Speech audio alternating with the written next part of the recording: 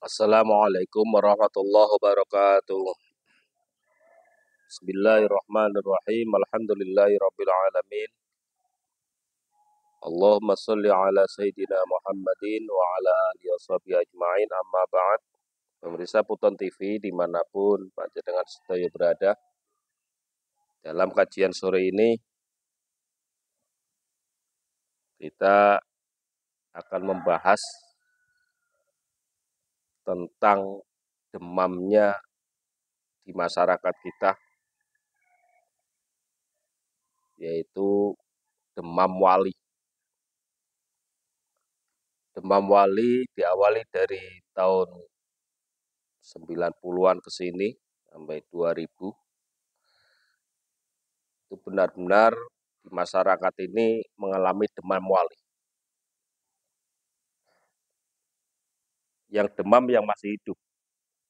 Yang didemami itu wali atau yang dianggap wali. Baik yang sudah meninggal ataupun yang masih hidup.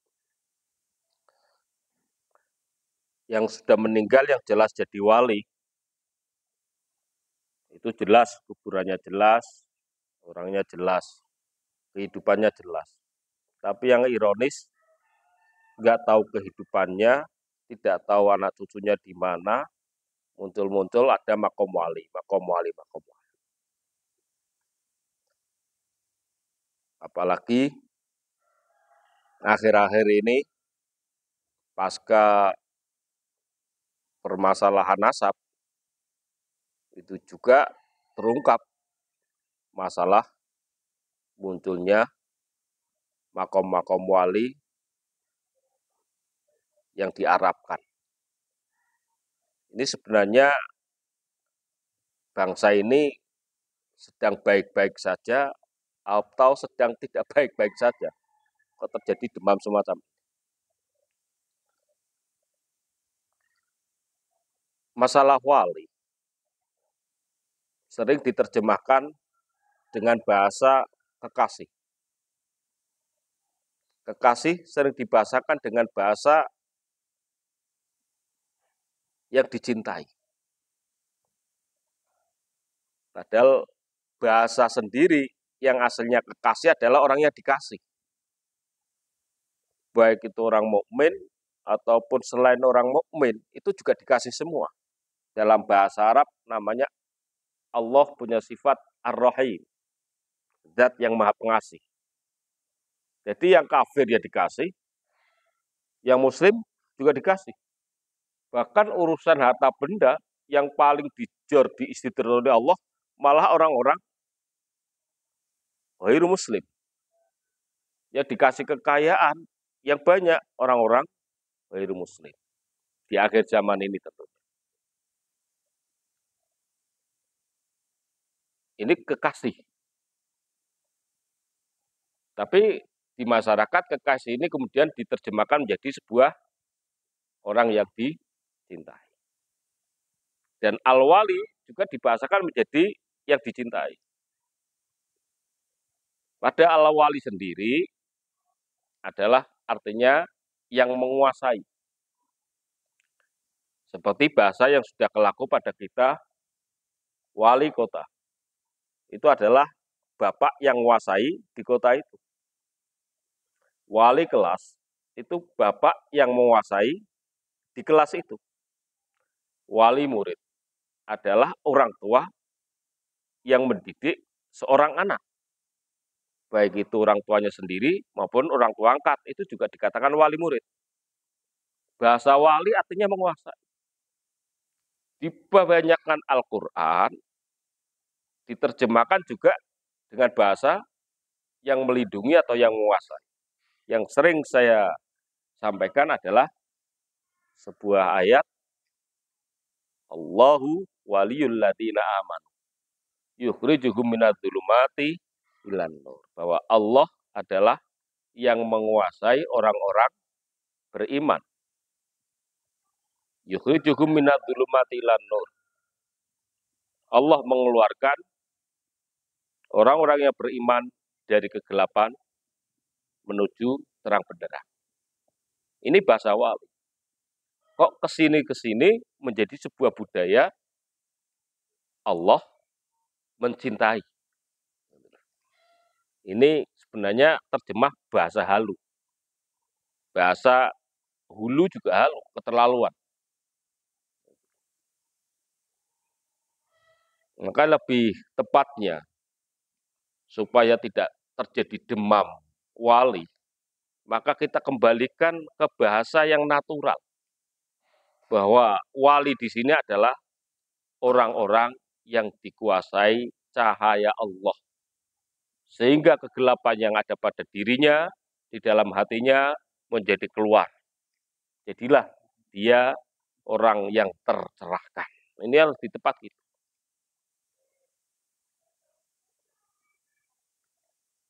Dan kami tandaskan lagi, munculnya makom-makom wali. Itu adalah sebuah kemunduran bagi orang-orang yang beriman. Ketahuilah, karena kemunculan banyaknya makom-makom wali ini yang diorbitkan dan wisuda oleh orang-orang yang bukan wali. Hanya dia supaya dianggap manusia jadi wali karena khusus mengorbitkan makom-makom wali. Ini kan ironis. Pengertian alam kubur, pengertian orang-orang yang sudah meninggal, itu yang namanya kuburan, itu kuburan jasmani, kuburan lahiriah. Jangan selalu diberi wacana bahwa kuburannya di situ, rohnya di situ, yang enggak. Para wali itu tidak bertempat di kuburan itu. Para wali sudah ke alam nur bersama syuhada, was solihin, wasiddiqin. Maka pernah kami sampaikan bahwa makom keramat itu adalah makom yang disalahgunakan oleh unsur-unsur iblisiah untuk menyesatkan manusia. Yang paling ironis, ada sebuah makalah yang ini berkembang juga di NU, bahwa ad-doa fi kuburi sholihin aqrabu ilal ijabah.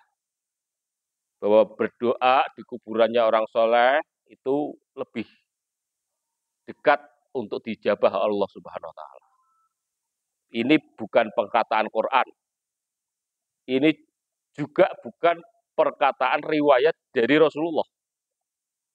Tapi ini perkataan dari seorang ulama yang sudah menguji coba di masanya. Yang jadi pertanyaan, ini ulama ini yang mengatakan siapa?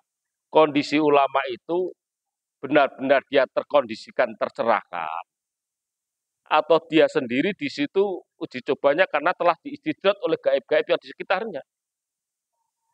Ini perlu diurus. Kalau kemarin-kemarin perkataan semacam itu masih laris di kalangan pesantren, masih laris di kalangan Nahdlatul Ulama. Ini akhir zaman. Semua yang bernuansa kegelapan akan disapu habis. Ini kenyataan pahit. Makanya kami sampaikan pelaku akhir zaman bahwa itu perkataan berdoa di kuburan lebih mustajab, itu perkataan di kitab kuning yang perlu dipertanyakan kesahihannya. Jangan selalu umat ini dibujui terus. Makanya kami sering kembali kepada Al-Quran. Qurannya nggak ada, hadisnya juga nggak ada. Ini kaul ulamanya juga perlu dipertanyakan. Ini tentang hal-hal di makom aulia. Nah sekarang yang hidup juga sama. Sudah makomnya disalahgunakan, yang hidup mau ingin jadi wali semua. Jadi tirakatnya karena ingin jadi wali, ada nafsu yang terselipit, ya akhirnya Anda diangkat wali beneran. Tapi bukan wali Allah. Wali syaitan. Wali tauhid. Kenapa? Sering dipertanyakan salah satu ulama sufi, saya senang dengarnya itu, ulama Surabaya, ulama Torekoh, pernah nyindir kepada murid-muridnya, nek sampean kabeh pingin dadi wali iki kira-kira wali sing enak apa wali sing ora enak. Nah, terus murid-muridnya menjawab, pingin dadi wali sing enak. Ya kuwi sebabnya sampean ora iso dadi wali. Soalnya wali ku ora milih enak ora enak. Wali iki terserah Gusti Allah. Lah kalau sudah tirakat spiritualnya dorongannya sudah hawa nafsu, ya pastilah yang akan mendorong menguasai panjenengan sedaya pasti Anda akan digolongkan oleh Allah pada waliyus syaitan. Walladzina kafaru auliyaumut thaghut. Ini kurang disadari. Makanya orang-orang yang kewaliannya itu menuju wali setan, itu akan jelas. Nanti mimpinya juga aneh-aneh. Mimpinya aneh-aneh. Pertama, ngimpi ketemu para wali. Kedua, ngimpi ketemu Nabi Khidir. Itu wajib bagi orang-orang yang mutawali ini. Terus, kesananya mimpi ketemu Nabi Muhammad. Terus sekiranya lagi diperlihatkan kasab Nabi Khidir hadir di pengajian. Nanti darong-darong ketika maulid tahlul qiyam Rasulullah hadir. Itu halu-halu semacam ini terbangun betul di masyarakat. Ini adalah kenapa Allah mengutus utusan akhir zaman untuk membenahi akidah ahli sunnah ma'ana alaihi wa ashabi. Apa yang telah dilakukan oleh Rasulullah dan sahabat-sahabatnya. Ini tidak seperti itu. Makanya datangnya utusan akhir zaman adalah untuk meluruskan hal ini. Meskipun pada kenyataannya, ini kenyataan yang tidak kami harapkan. Kenyataan yang tidak kami harapkan, meskipun yang diingatkan ternyata tidak mau. Kenapa? Dia udah kepedean. Dan itu rata-rata. Kenapa? Dalam kehidupannya udah disidrat oleh Allah. Orang yang disidrat oleh Allah tidak bisa diingatkan dengan peringatan apapun. Kecuali hanya Allah menghendaki. Kami pelaku akhir zaman sudah tahu. Para ulama-ulama yang diingatkan lewat konten Buton TV tidak mau, itu kita sudah tahu. Kenapa? Hati jenengan sudah ditutup oleh Allah. Dan pasti akan meremehkan itu ngomong apa di Buton TV. Cangkem ora kanggo. Dianggapnya gitu aja. Iku wong nganggur. Dianggapnya gitu aja. Ya maklumlah, Anda sekarang sudah diistidrat oleh Allah. Dan masyarakat muridnya dan muhibinnya sudah kena penyakitnya iblis. Apa rupanya?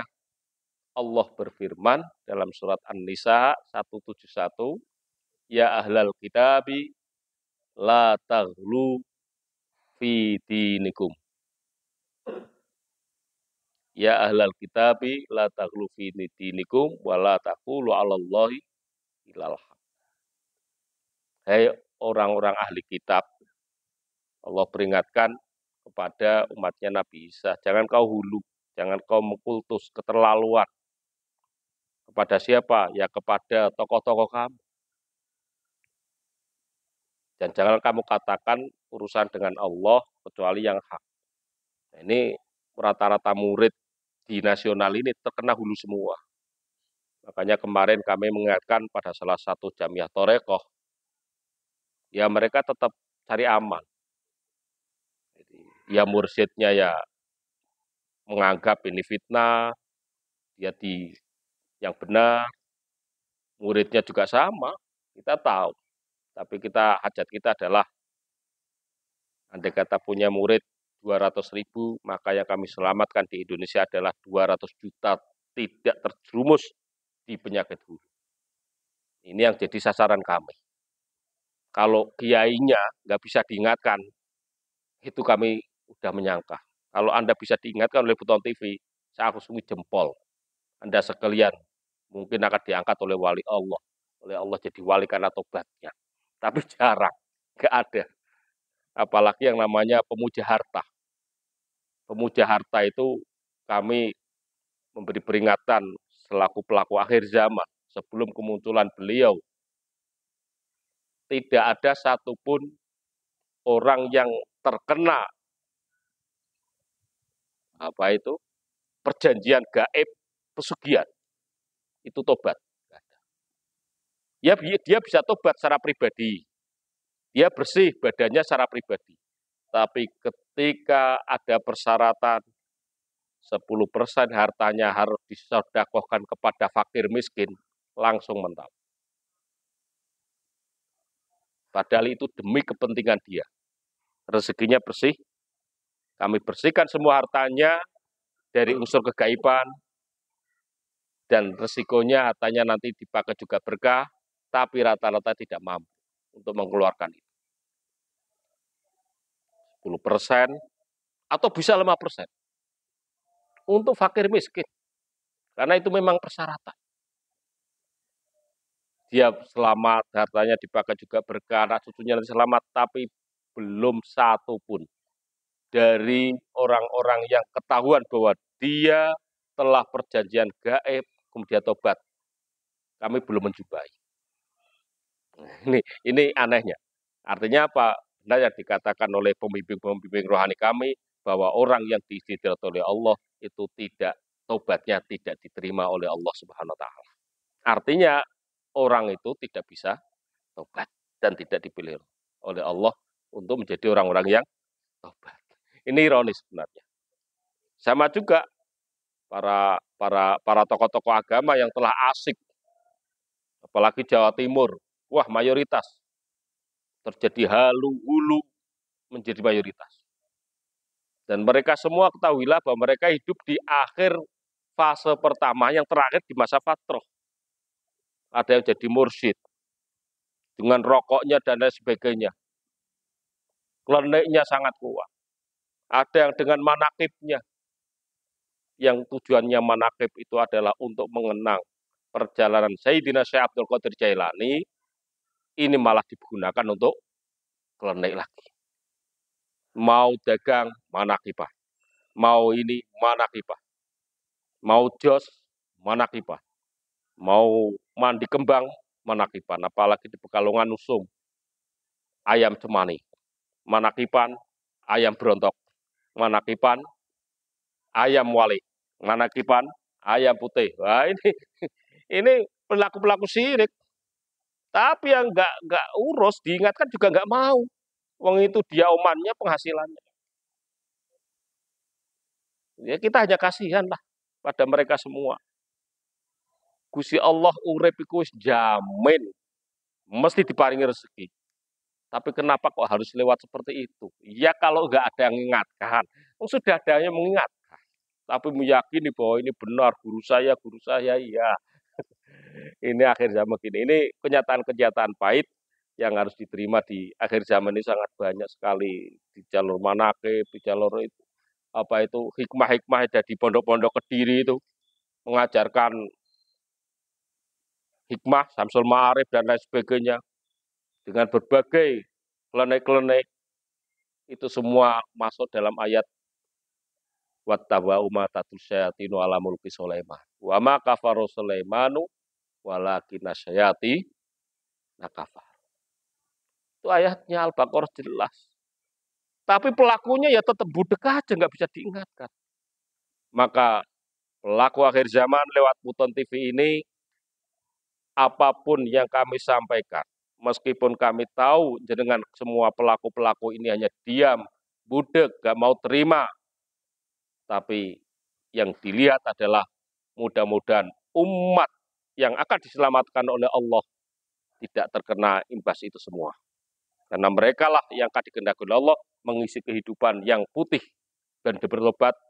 Sekali lagi kami mengajak kepada semua umat di Nusantara ini, marilah kita galakan bertobat dari segala kesyirikan, penguasaan gaib yang ada di badan kita. Mudah-mudahan kita semua diselamatkan oleh Allah.